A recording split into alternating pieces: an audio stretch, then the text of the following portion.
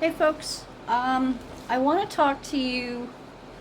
I'm arranging myself because I don't feel like I'm completely all in the good space, and my eyeballs are not doing me a whole lot of service. Um, I want to talk to you. Yeah, I'm just having a really low vision thing today. Also, acknowledging as well too that it's been a stupidly long time since I've posted anything because I've been going through a really tremendous processing time over an event that happened at the end of April, and it's just taken everything out of me. It's left me in a place where I don't feel I can trust people in the emergency room, paramedics, or the RNC because of what happened to me on a over a particular couple of incidents um, over a weekend. I guess I could say a 48-hour period, and in the ER. Um, yeah. So and it, starting at my house with arrived from the paramedics and then ending up in the ER and all that racket. And I'll try and put together a cohesive story line that works and I can translate, and I'll do it hopefully in both written form and video form, but I'm not there yet. But that's where I've been, is trying to deal with all of that. So plus all the other stuff that's going on as well too that are pretty tremendous, and I will come out with as well in some time. But beyond all of that, I want to go to and talk to the idea about telling people who are experiencing extreme loss and grief right now about either the perceived loss, which is also just as real as actual loss for people who are neurodivergent. And what I mean by that is that, so we've got a whole pile of people that have been evacuated a number of times in Labrador now, and had to pick up sticks and head to Goose Bay or other places. And when they express via Facebook or other means, and they're talking about, having to leave everything that they've ever known or whatever, and they're, for them, that's the blow up of their world. And then, so when somebody else comes back and says, look, um, your life can't be replaced, material things and whatnot, they can be replaced. To the neurodivergent person, that's a really dismissive thing to say. So I'd really like to encourage people to find something else to say that's, more validating to your loved ones and to your friends. Because as good as you might mean it to be, it's not received that way.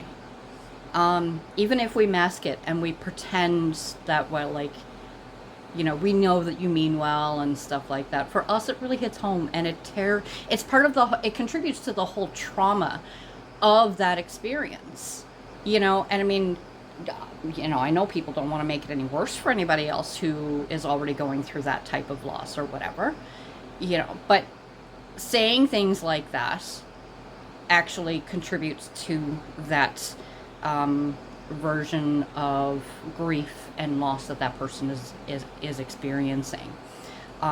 You can say things instead, like perhaps, I know where you're coming from. Losing all of your collections, or potentially losing all of your collections, is a really big deal. And for the autistic person in particular, who does, have like obsession, it, we a lot of people in the outside world, they call it obsessions and things like that. We tend to call it, for the most part, refer to it as like passions, things we're super interested in, and a lot of us, we tie these things to our identity.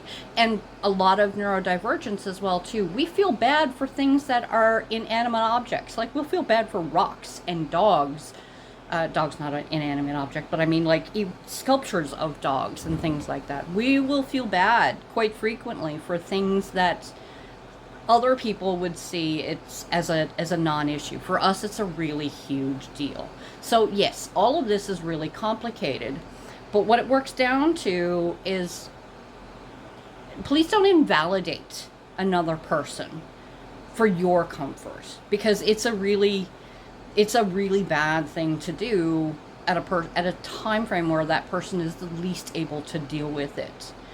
You know, it's a version of having to make everybody else comfortable in the room while you're the one that's experiencing the issue. You know, our family experienced recently, a very great loss. And, my husband has identified things that he would not leave this house without because came specifically from, his family. I wouldn't leave this house without the ashes of our dog Chinook, who passed away last August. I mean, there are things that are important to us, in our own personal lives that, mean everything to us. And, people would say like, oh, well, that person's already passed away. Why are you worried about their ashes and things like that? But that's the thing. You don't have to understand it to respect it. You don't have to understand what that person is going through 100% to respect that person, who they are, and what they're going through. You have a choice to be better about it, and and I know that can come across as, well, Ange, you're being so mean. Why? I'm just trying to help this other person out. It has nothing to do with you, though. That's the thing. It has to do with that other person that you care about, that you're trying to be there for. So, going forwards, if you're able to take anything from this, know that, usually we all, neurodivergent people in general, we tend to know that other people mean the best, but we're not always capable of being able to respond in a way that would be appropriate for other people. I mean, I'm the first one to laugh at a funeral at a joke that was never told, and that's part of it is because of my hearing disability as well too.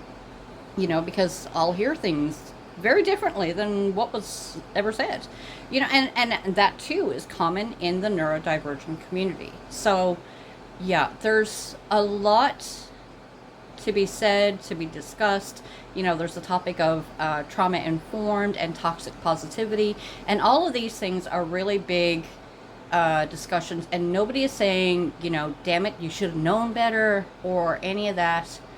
It's just that we have a responsibility to do better by the people that, we care about in our circles and whatnot. And if we know better, then we should do better, and we can do better. That's the thing. So I would like to put it out there that we have a really great opportunity right now to do better by the people that we care about, the people that we love, and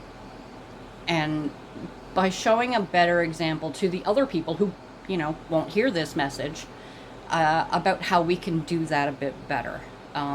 Because right now we all need as much love and kindness and strength that we can spread about, because we all need it right now. There's, it's not just the idea of, hey, people up in Labrador with the fires and stuff like that. It's knowing that there's a lot of climate-related natural disaster that has already happened up to this point, is going to continue to happen, and so we have to learn how to better handle that going forward, how we treat people.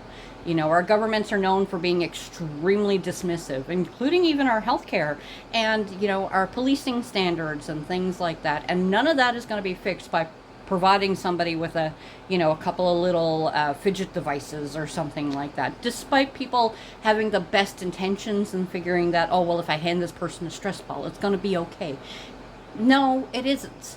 There are more things that we can and should do and should consider as well too than just this blanket response that honestly at the end of the day just probably makes you feel better as a person because you were able to comfort somebody in the moment. You'll probably never really understand the level of dismissal that you actually betrayed upon that other person. So if you didn't know it before, I'm telling you now. And no, you can't go take it back. Once words are out there, they're out there, and that's the end of it.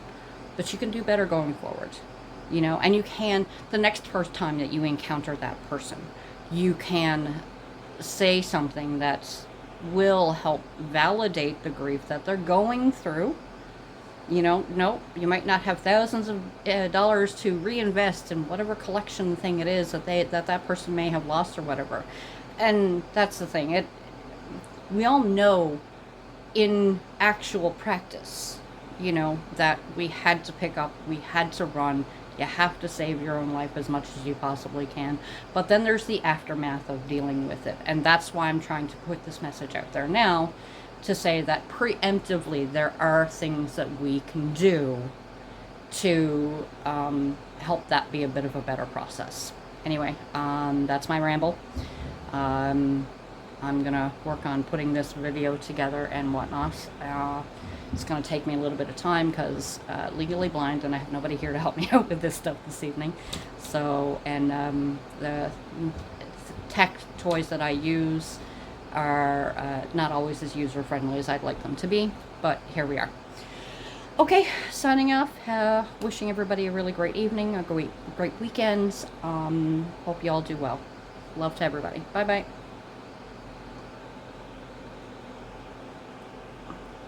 Where's the button?